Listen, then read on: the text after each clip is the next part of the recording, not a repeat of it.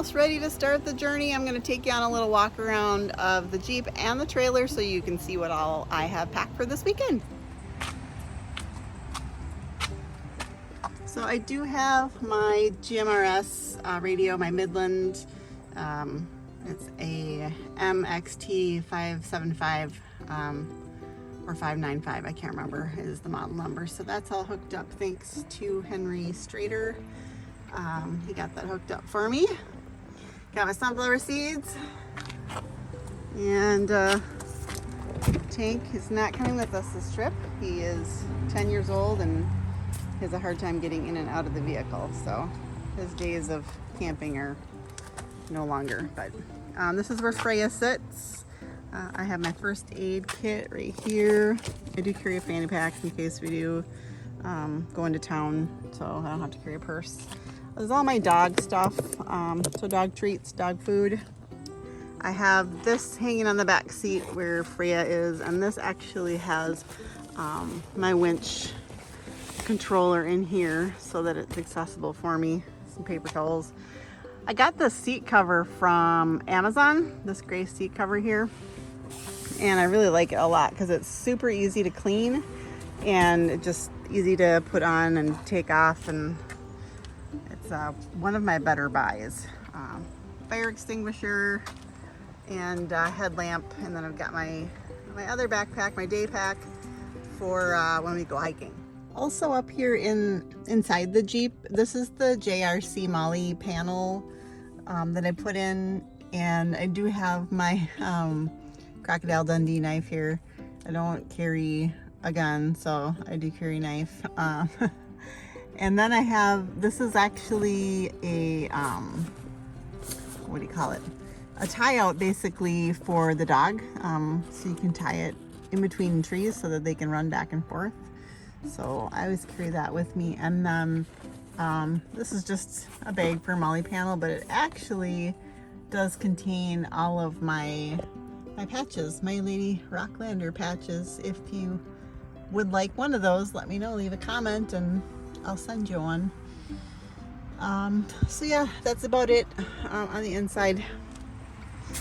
All right, so back here, things are pretty well packed in here. I tried to do a video of me packing, but I don't think it turned out. But anyways, this is my box of dry good foods.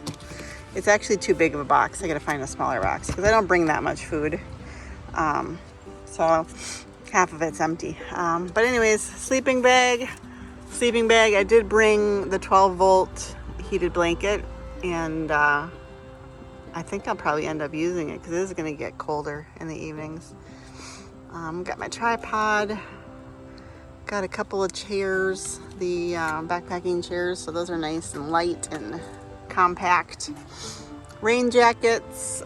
This is our tent box, so this always comes up in the tent with us, so anything that I want in the tent, that comes up there. So I got a book in there and some games if it's raining so that we have stuff to do. Hiking shoes, some toiletries, pillow. Here's the Step 22 boxes. We use those for clothes now. So that's pretty much it. Oh, and then behind all this is all my recovery gear. So I do carry all of my recovery gear, all of my tools, and my air compressor, all of that always, all the time.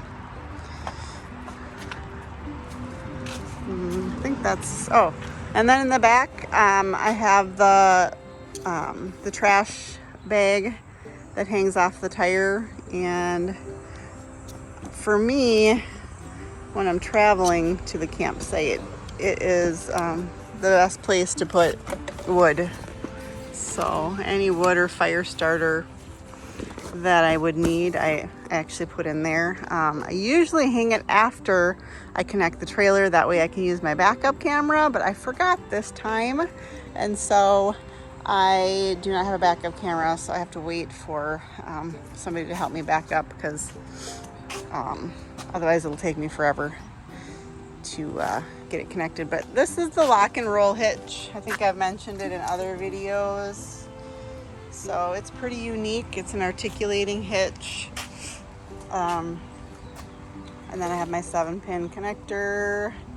I do have the breakaway brake. I do not have an e-brake in my Jeep. It did not come wired with that. So, but I do have the emergency breakaway brake there.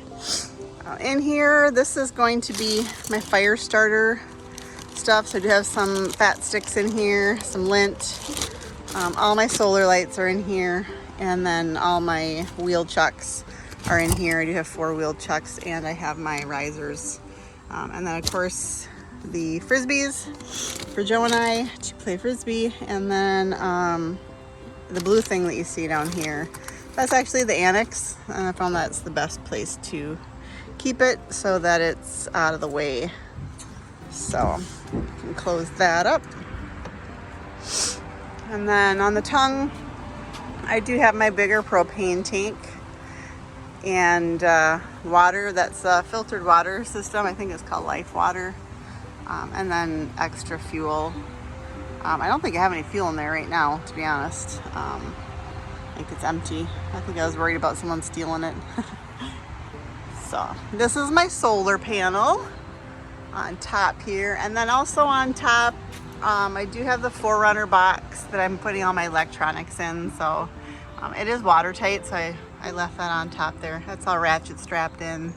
And then I have my Camp Chef propane fireplace, my makeshift camp table, which is actually an old ironing board, one of the old metal ones that I just sprayed with a black paint. And then I also have my recovery boards, my ARB boards, because I haven't found a really great way to mount those yet. I mean, I have a way to mount them, but it's up on the roof rack there, and it just, that doesn't fit. That doesn't work with the awning and the rooftop tent, so I'm just throwing them on top of the trailer for now, just in case. Then I have my 14-pound propane tank, so that's all ready to go. And in the trailer, I've got the Iceco refrigerator freezer. It's a dual zone, so you can do fridge and freezer or just 2 refrigerator sides. So that's kind of nice. I've been having some problems with that. The 12-volt plug is not staying in my battery, so it keeps coming loose, and food is getting warm. So I'm not sure what I'm gonna do with that yet, but yeah, hopefully that'll work this trip. This is just a plastic shelf. I actually use it right at the base of my ladder, so that when you come off the ladder, you have a place to step on that isn't going to be wet or muddy or sandy or dirty, and I can put my shoes there. This is just the sprayer for my my water tank. It's a shower head. My EcoFlow, which I don't like to go anywhere without that because it's super handy even if you're not camping. And then my Roam Adventure box, that's just all my extra camp stuff. So like foldable tables and a couple of those little 1-pound propane tanks, and like the marshmallow stick and some bug spray, and my privacy tent is in there in case I need that for showering or the bathroom.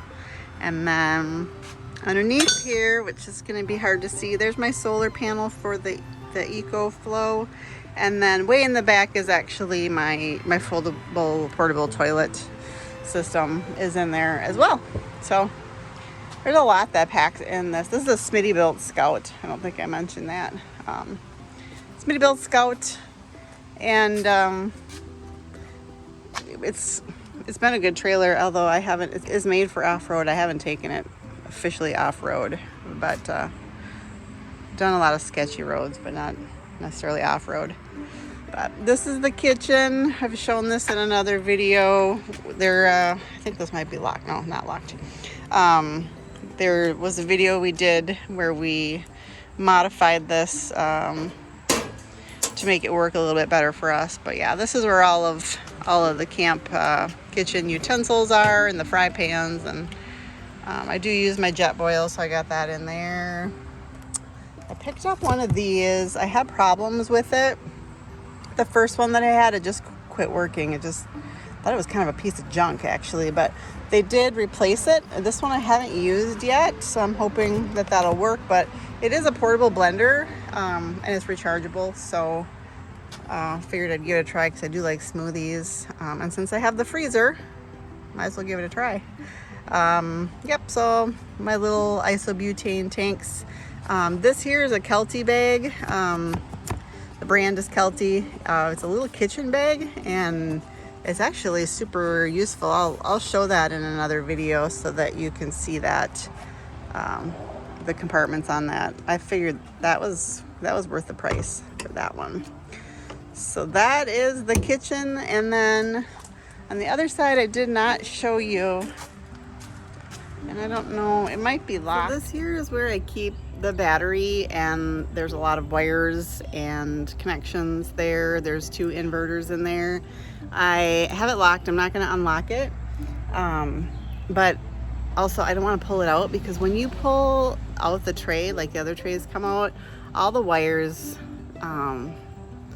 they get pulled, and then I worry that things are going to get disconnected. So that is a work in progress, and if there's anyone that has experience with doing the solar hookup with the battery and the solar panel, I would love some help on that, because that is the one area, as I mentioned, with the refrigerator, we have problems. I mean, the solar panel works great, that's all fine, but it's connecting those appliances and the wiring to the battery that seem to not be working for me. So anybody out there that can help me with that in Minnesota, I would super appreciate any help with that. So yeah, that's my trailer, and hopefully we'll be heading out on our trip to Superior National Forest here soon, and it is Labor Day weekend, so it is a 3-day weekend, and we are going with a bunch of Minnesota overlanders. That will be